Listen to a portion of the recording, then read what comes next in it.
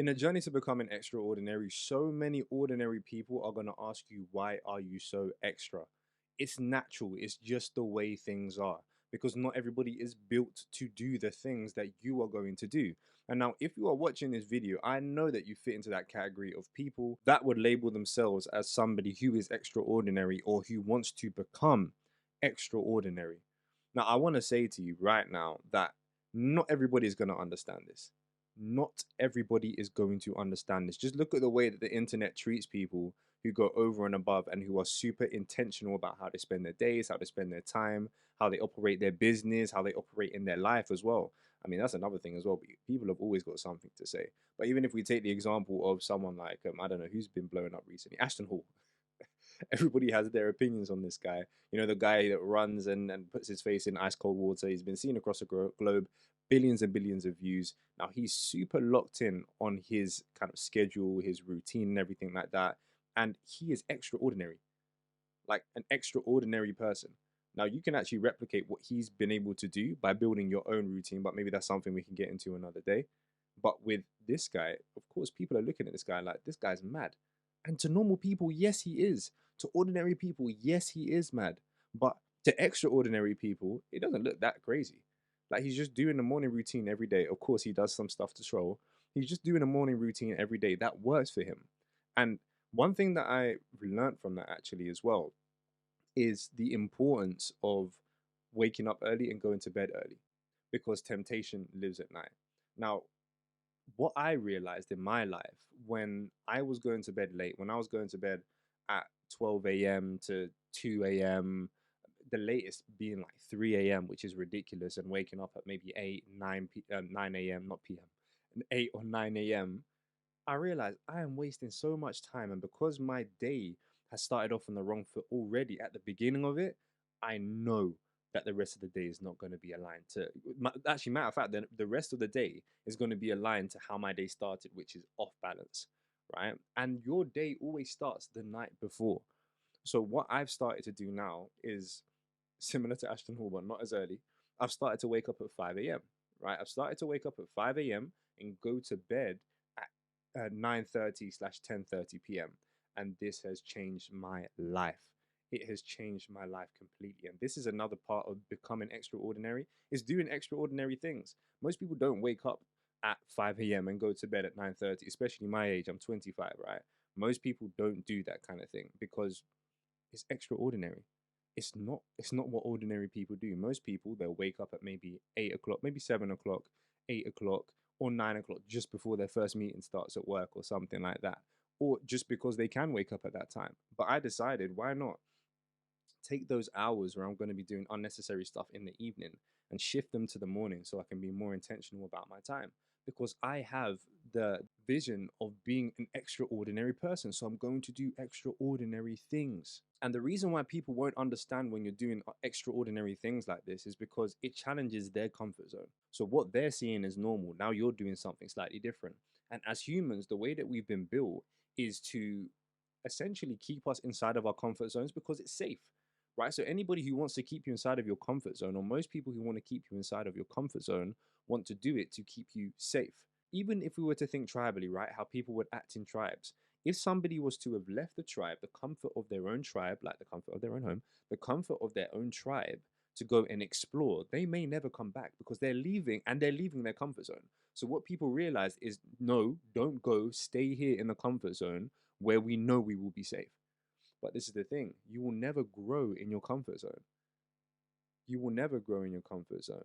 And we know that because we want to become extraordinary, but not everybody else does. So they're trying to pull you back into your comfort zone for safety, not knowing that it's hindering your growth. And the main thing I wanted to say in this episode is kind of like document where I'm at in life, just making this shift to waking up at 5 a.m., going to bed between 9:30 and 10:30 p.m.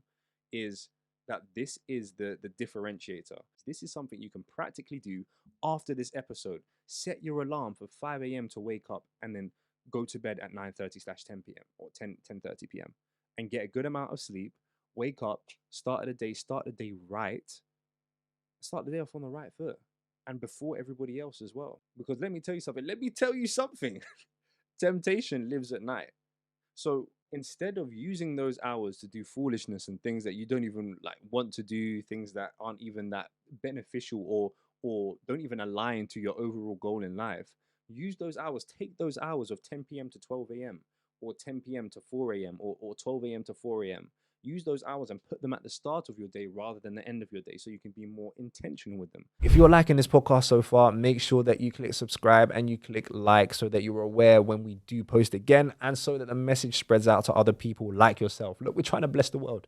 We're trying to help people find their vitamin U. Help them do it too. Enjoy the rest of the episode. Speak soon. And a practical way of doing this is by taking your phone and throwing it out the window as far as you can. I'm joking. Take your phone and put it inside of a drawer or in a different room or something elsewhere from where you sleep. And instead of having your phone wake you up, use some sort of a digital alarm clock.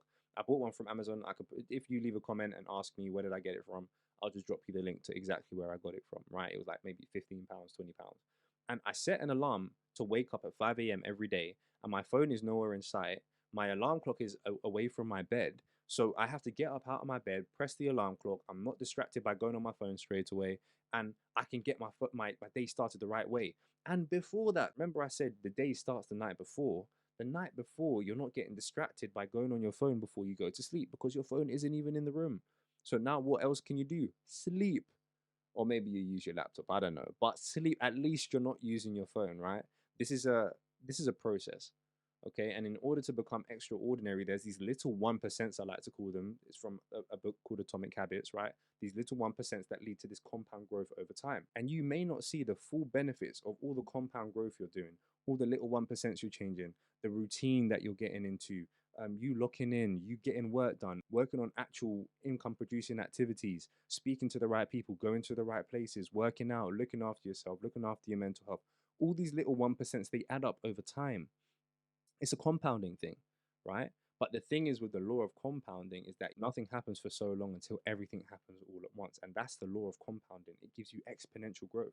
And what I think some people don't understand is the importance of foundation building. And that's exactly what I'm assuming that you're doing now by watching a video like this, by becoming extraordinary, by getting into that kind of a mindset. And the same thing with me. I'm speaking to myself here. I'm building that foundation for myself in order for me to have that exponential growth. But I understand it takes time. An example of this, if you look at a tree, right? I'm getting excited. If you look at a tree and you look at a tree's root systems, sometimes the root system can go so wide, it can actually be the size of the tree above it, right? And not only that, but it can actually go 3 times deeper as the tree is high. Think about that. If the tree is 100 meters high, the root system can go down 300 meters low. What?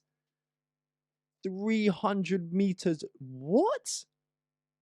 That's how deep the roots of a strong tree have to be. And this is the thing, we'll see people build things super, super fast and it will just fall down. It will crumble down in a second. It will crumble down overnight for what seems like overnight because their roots and their foundations weren't strong enough. But what you're doing, what I'm doing, is we are building firm foundations, strong foundations. We're building our root system. And it takes a while for the root system to build to be able to hold up a strong tree. And even if we were to look at the structure of skyscrapers, right? Big buildings, even talk about the Burj Khalifa, right? In Dubai. Think about the Burj Khalifa. Do you know how far they had to dig down to build the structures of that skyscraper? I've seen the Burj. Because when you see the Burj, right? You see the Burj, you look at the Burj, you look at the Burj like this. This is how you look at the Burj. And you keep tilting your head up because of how high it is. Do you know how deep they would have to and how wide they would have to dig down and to put the actual foundations of the Burj in? Super deep. Now I haven't got the actual calculations. I could probably get them, but what I'm trying to say is that this is the first thing that they would have built, the foundations. Same thing with the tree. The tree's root system goes down first before the shoot system comes up. Hey, listen to me, right? The tree's root system goes down before the shoot system comes up. Now, the same thing with a building. See how nature reflects life.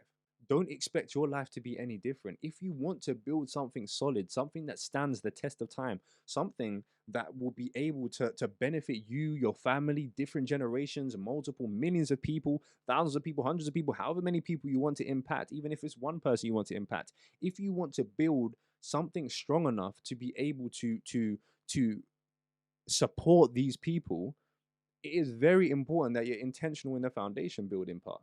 And this is where it all comes back to being extraordinary. You need to do these extraordinary things in order to build something extraordinary like the Burj Khalifa.